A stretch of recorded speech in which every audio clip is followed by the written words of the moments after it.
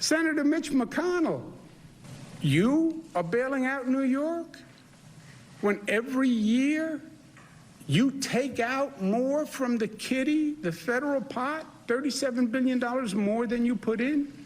Who is bailing out whom? Senator Scott, Florida, you're going to bail us out? You take out $30 billion more every year than you pay in. How dare they? How dare they when those are the facts? How long are you going to play the American people and assume they're stupid? They are not. And they can add. And they know facts. And I don't care what the news media tries to do to distort these facts. They are numbers. And they are facts. And they can't be distorted. And this is every year. So, the fight among the states is also a financial one, as we see. You have the pressure to reopen red states, blue states. Blue states are going to move more slowly on this. Hopefully the red states like Texas will do very well, though Texas's opening is going at a pretty, they're moving cautiously. They're not jumping into the deep end of the pool here. They're moving at a relatively slow pace, but they are opening up. 25% of businesses will be able to operate. So I hope things are going well, especially down in Austin, our wonderful affiliate there, KLBJ Austin. I hope you folks are doing all right.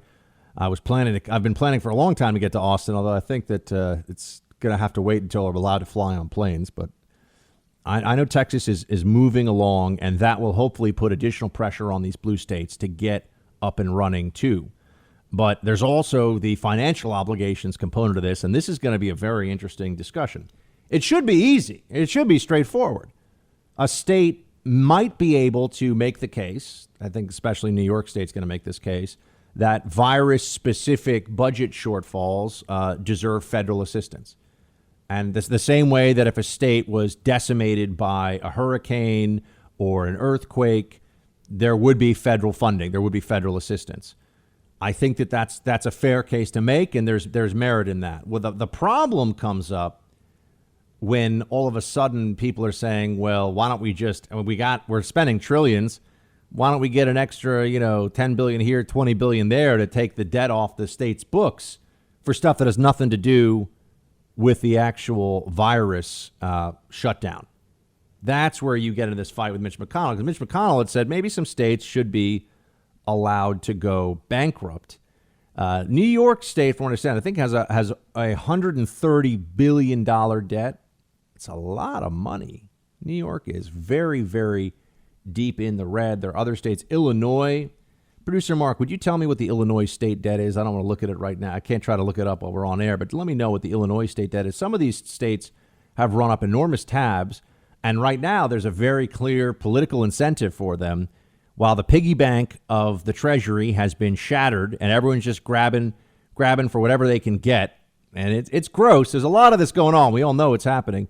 But while that's going on, these states are seeing this as an opportunity themselves to get some of their debts taken away. Remember, the debts that states are running up are overwhelmingly from one thing.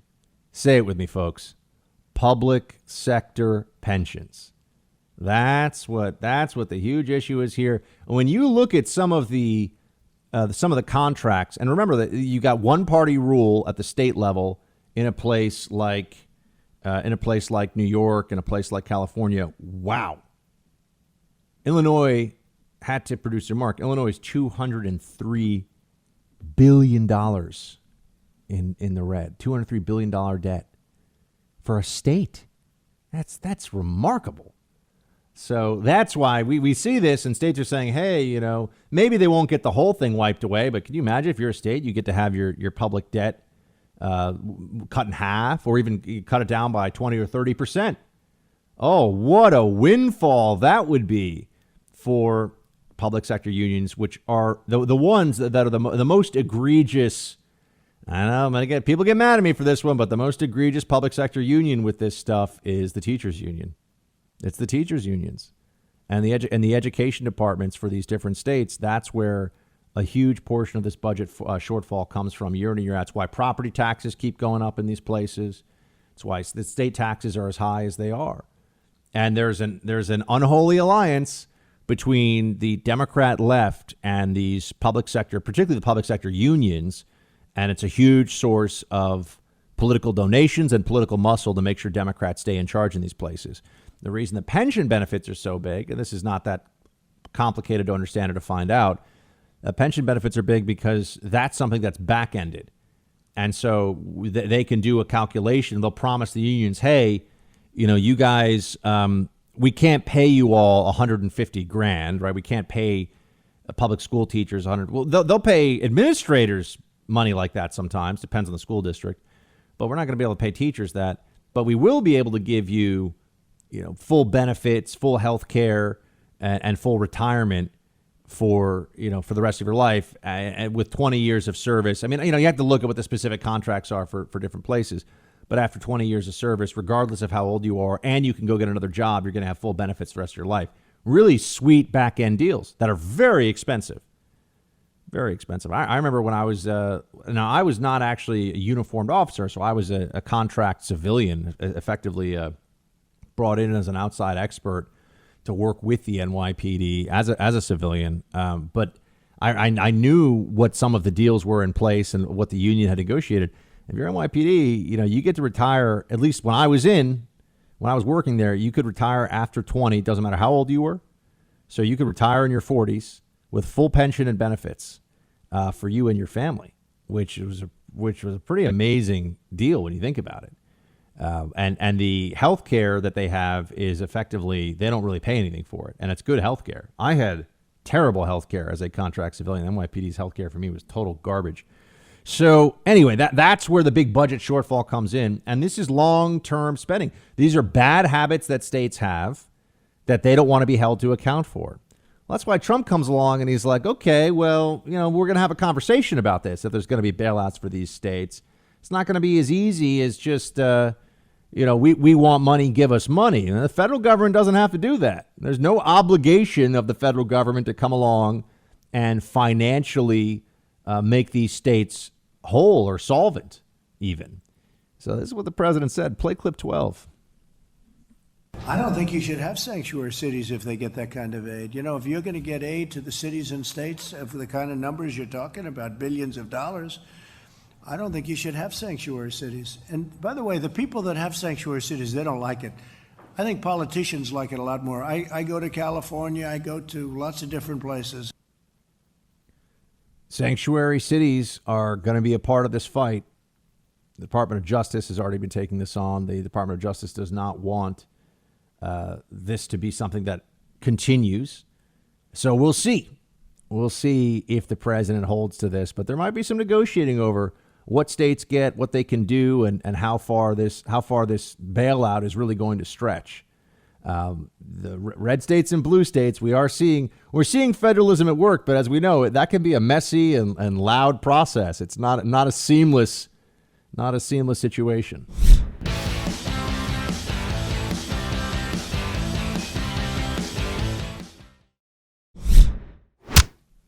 We're now on average about 30,000 tests per day, which is a dramatic increase, not where we need to be, but a dramatic increase.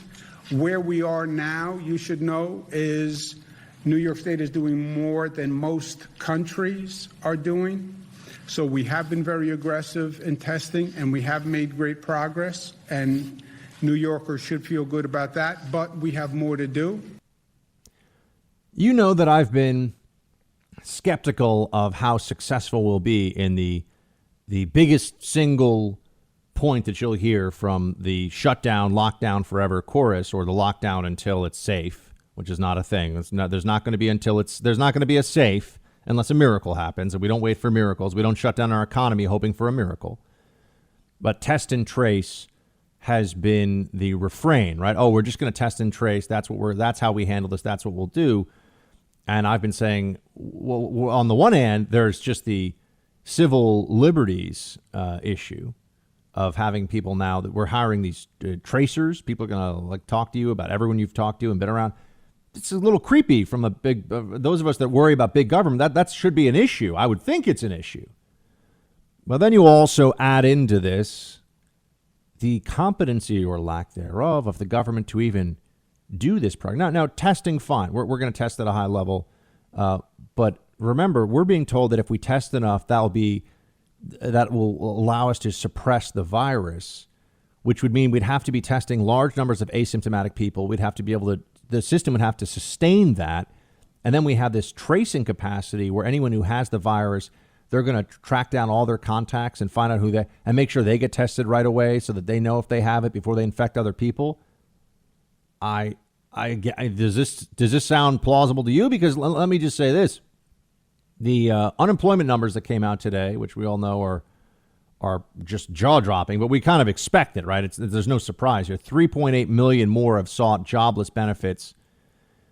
But we're also seeing that the states that are supposed to be doling out money here, including the $600 a week of additional benefit from the federal government, which is why now you have so many employees who don't want to go back, don't want to work when they could just stay home and keep getting paid more money. You know, I love this job, but I don't want to, you know, if I double producer Mark's salary and said, producer Mark, you can stay home for double the salary or you can come in and work, you know, I might have to ask him at least pretty please to actually come back in and work, right? And that would be true of anybody. If you're making more money, considerably more money in a lot of cases for folks, staying home than you are working, the incentive to work goes down. But the states, not only that they have to deal with this problem where people don't want to go back and work, there's also an inability for these states to dole out the money properly and to process the unemployment applications.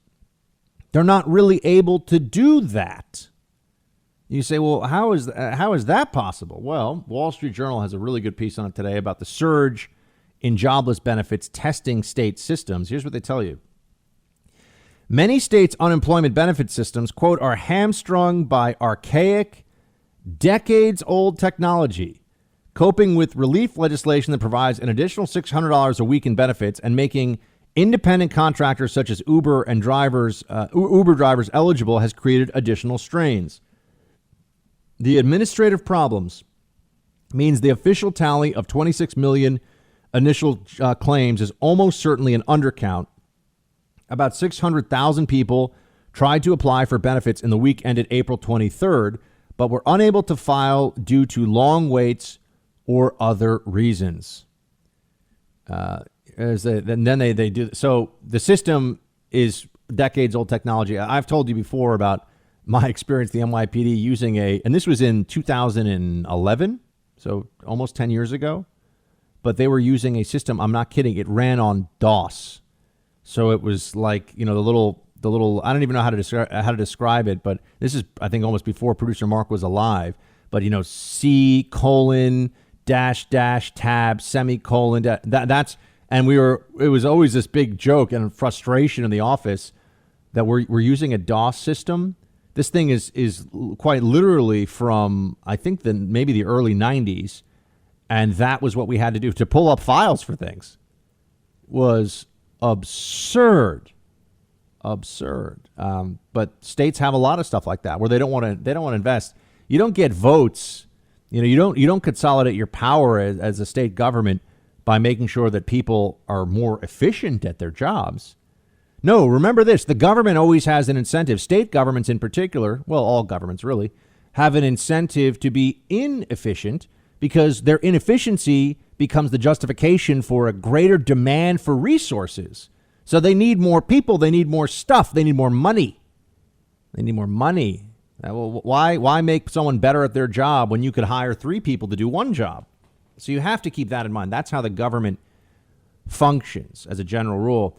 Then the Wall Street Journal brings us home by explaining what this means for people. That states, remember, states are going to do the test and trace system.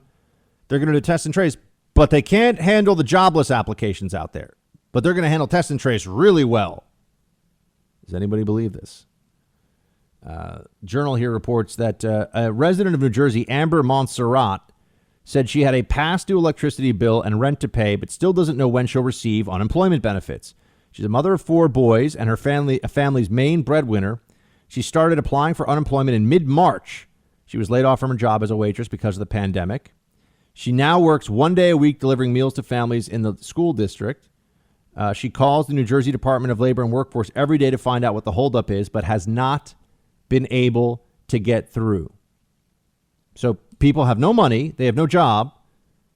We've just been told the government's trying to just shovel money to them as fast as they can, and they're not even able to do that. But we're going to have a massive program of finding all cases, finding all positives, and everyone that they've come into contact with once they're positive. We're going to set that up real fast. Does anyone want to place bets on whether the Buckster is going to end up looking right on this one or not? Quote, I'm reading that the system is over 40 years old. It's pen and pencil type stuff, she said. That's not really acceptable now when you have people that are relying on these services. It is not acceptable, is it? This is why you don't want state governments in charge of things. This is why you don't want the government running your whole economy. There are reasons for the beliefs that we have as conservatives. There are reasons why we want limited government. It's not because we're mean. It's not because we're all Ebenezer Scrooge. It's because we understand the limitations, and the built-in lack of incentive for efficiency, for getting things done well. And the Wall Street Journal article then gives you, and this is a classic. This is what's going on in Connecticut. Remember, these are unemployment systems that have been substandard for a long time, and now they've just had the biggest deluge of claims in history, and they're just breaking under the strain. I mean, New York system had to come offline because it couldn't handle all the applications. Here's how it is in Connecticut. The extra $600, this is from the federal government, pushes the highest eligible payout to $1,249, but Connecticut's computer system was designed to handle only up to 3-digit payments. Pushing up the maximum to 4 digits would require reviewing and modifying well over 100 mainframes. That's right. Connecticut can't even give people the money that they are legally due from the government because the Connecticut system is so crappy that it only can process 3-digit claims. So if they want to give you $999, you're good. But if your unemployment check is going to be $1,000, wah, wah, too bad.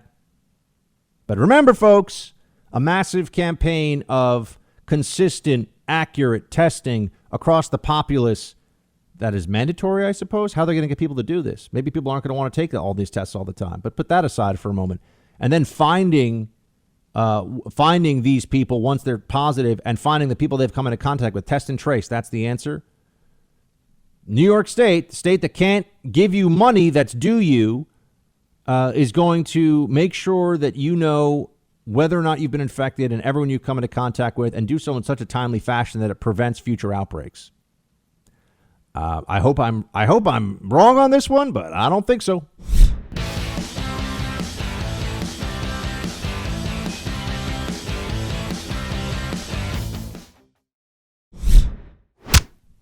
I believe her. It's obvious. Not okay. Her story is credible. I believe the women. I believe her. She is credible. She should be heard, and this Senate should treat her with respect and dignity that she deserves. Honesty, her integrity, her truth, it's obvious. He should be going to jail if he was allowed to be prosecuted today. It's not okay. Do you believe the allegation that's been put out there by Tara Reade against Biden? Vice President Biden has vehemently denied these allegations, and I support Vice President Biden. Do you think some of the Democrats who supported Blasey Ford's allegations against Kavanaugh, who've been silent on this Biden allegation, do you see that as a contradiction, that they're not speaking out more and addressing Tara Reade's allegation? I stand by Vice President Biden. He's devoted his life to supporting women, and he has vehemently denied this allegation.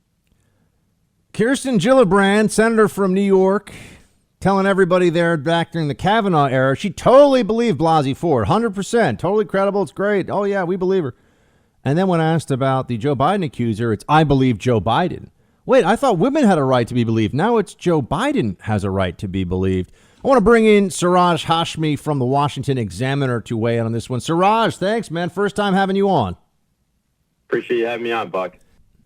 So I think that this is going to just get worse and worse because the New York Times really set the initial tone of this by waiting 2 weeks and then saying, yeah, well, we didn't think that Biden was as much a public figure as Kavanaugh, which is just a flatly absurd and kind of crazy thing to say. And I've seen some efforts to try and claim that the double standard here is not as bad as it really is. Chris Hayes last night on MSNBC, to his credit, brought up the allegations against Joe Biden, and now Fire Chris Hayes is trending on Twitter. What is going on here? It's actually incredible to see the double standard at play here. Usually when you see things like this, it's usually your run-of-the-mill type of political story. This has to do with sexual assault accusations against the presumptive Democratic nominee, Joe Biden. And Kate Kelly, who is one of the writers of the book about Brett Kavanaugh's accusations, works for the New York Times. She wrote in a tweet about a couple of weeks ago how there was just a different news judgment when it came to Brett Kavanaugh versus Joe Biden, and that's why they didn't cover Joe Biden as aggressively as they covered Brett Kavanaugh. He's the presumptive nominee. I mean, how different is that news judgment? It's become a point where it's just, if your side does it, we should just give it an automatic pass. But if the other side does it, shame on you, naughty boy. Yeah, I just would wonder how any journalist who was taking the approach, and it's in writing, and you find the clips online of them going on cable news, that women have, I mean, the phrase was women have a right to be believed, and they completely believe Blasey Ford. And the standard that they set up was that if there's even a doubt about Kavanaugh, we should not put him in power, right? That was actually what was being said at the time. And I remember I was very involved in that fight. So then I want to know, why is now the standard that we just believe Joe Biden, because when the allegation against him, there's nothing about it that is not credible. I mean, I challenge somebody to find where the contradiction is or where the absence of essential facts would be. Politics, in short, has poisoned the well here, and the well being the Me Too movement. It cannot be escaped. Rose McGowan, who actually has been very consistent about her stance on sexual assault accusations or any allegations of the sexual misconduct nature, she is actually in a tweet last night posted about her kind of dismay and how discouraged she was to see how she's been a lifelong Democrat, and all the Democrats are just rallying behind Joe Biden in spite of these what could be very credible accusations of sexual misconduct by Tara Reade against Joe Biden. And what we're seeing right now is that you're just going to see the whole Me Too movement unravel to the point where all the goodwill that was built up will be for nothing. We're speaking to Siraj Hashmi. He's a commentary video expert at the Washington Examiner. Siraj, Joe Biden hasn't responded to this yet. Journalists, it seems, haven't been willing to ask him about this yet. Nancy Pelosi has been saying that she stands with him, of course, because, Nancy Pelosi wants power. You had Stacey Abrams claim the New York Times effectively exonerated Biden, which is not true. Even the Times has said we didn't do that, that it was found not credible. They did not do that because there's no way to make it not credible so far. When does Biden have to get asked about this, or do you think it's possible that journalists are just going to try to push this thing aside and ride it out until people don't care anymore? Which I don't know when that's going to be. From what I'm hearing is that Tara Reade is strategically making sure that her story is being heard through the media. You're getting it heard by Chris Hayes on MSNBC. Eventually, you're actually starting to see Brian Stelter tweet about it, albeit Brian Stelter hasn't really been sort of the best arbiter on what the media should be covering and should not be covering. I'm hearing from Ben Smith at the New York Times, who's a media reporter who's previously with BuzzFeed, that Tara Reade is in discussions with Fox News to join Chris Wallace's show on Sunday. We'll see what happens with that, because there's a good chance that if she ends up becoming sort of a staple within conservative media, then there's almost the immediate backlash to that would be see, look, she's a plot of the conservative media. She's a plot of the Republican Party to try to destroy Joe Biden. Therefore, her accusations of sexual misconduct should be thrown out. So there's a balancing act she has to play right now, and it really depends on who she speaks with and what she says. But the corroborations from Linda Lacasse earlier this week certainly is a lot more than what we've seen from Christine Blasey Ford against Brett Kavanaugh. And do you think that the pressure on some of the journalists out there to push Biden on this will become too much? Because right now, I mean, meaning that he has to actually answer for this. I would also just say, and this is an aside, this is my opinion, as a guy, if someone's saying this about you, I don't care what the circumstances are. If it's not true, I think you say, this is not true. This did not happen. I don't think you allow your campaign to do that for you. I think that's weird, but that's my opinion. But what do you think about the journalists out there who have access to Biden who have yet to ask him about this? That's the thing I think is a good question to ask, is when it comes to journalists having access to Joe Biden, is asking the question about Tara Reade's accusation going to jeopardize their access to the Democratic nominee? And I think for a lot of reporters, that's always been a fine line that they've had to try to balance here. I think what we've seen in the last week, just in the last few days, is that the amount of evidence or an amount of people talking about Tara Reade is going to become so great that the mainstream media, the main outlets, CBS, NBC, MSNBC, ABC, and Fox News and CNN, they have to cover it. It's too big of a story to ignore. And that's what you got to just keep talking about it. And Tara Reade has to just continue to tell her story and try to tell it as much as she possibly can. But at the same time, not get lost in the woods of being trying to become herself a media star, because sometimes victims use, unfortunately, there's some victims out there who use their story to sort of launch a career in and of themselves. And I don't think Tara Reade is one of those types of people. Siraj Hashmi of the Washington Examiner. Siraj, thanks so much for your time, man. We'll talk to you soon. Thank you so much, Buck.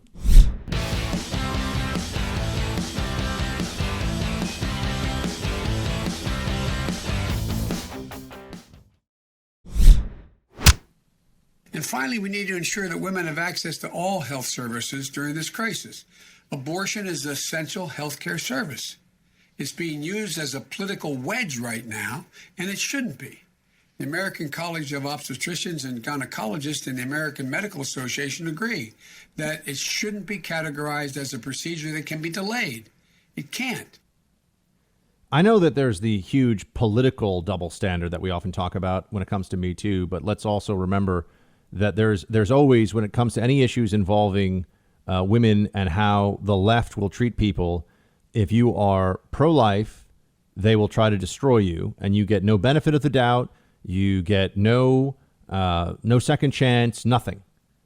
If you are pro-choice, you're always going to be in a better category. I'm not saying that it's a get-out-of-jail-free card, but it's always going to be a better category for you. And obviously, if you're a Democrat and you're pro-choice and you're important to the movement, well, then you're Joe Biden, and then he's going to get a pass on this. There's no chance in my mind that Joe Biden is going to be held to account on this. What is perhaps